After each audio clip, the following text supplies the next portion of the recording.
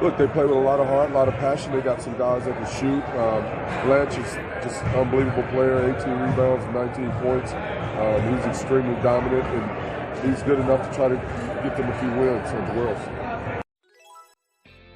Hello world, this is Hayden X reporting from Mikey Sports World Insider, and welcome Pilipinas for another sports video.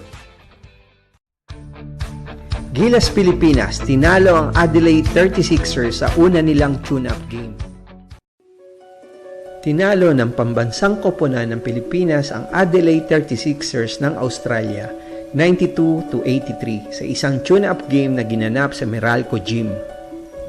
Nagtala si Andre Blatch ng isang malapit sa triple-double at natapos sa 19 na puntos, 18 rebound at 9 na assist nang talunin nila ang koponan ng Australia.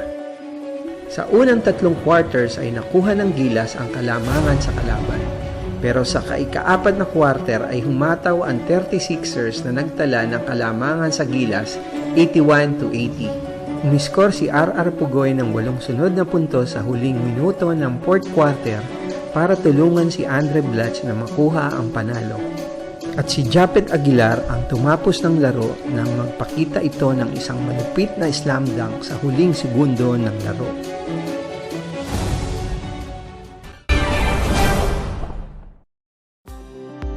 So Pilipinas, sa pagkapanalo ng Gilas sa tune-up game, ay kumbinsido na ba kayo na makakasilat tayo sa World Cup? Sana naman, bilog naman ang bola kaya may pag-asa tayo.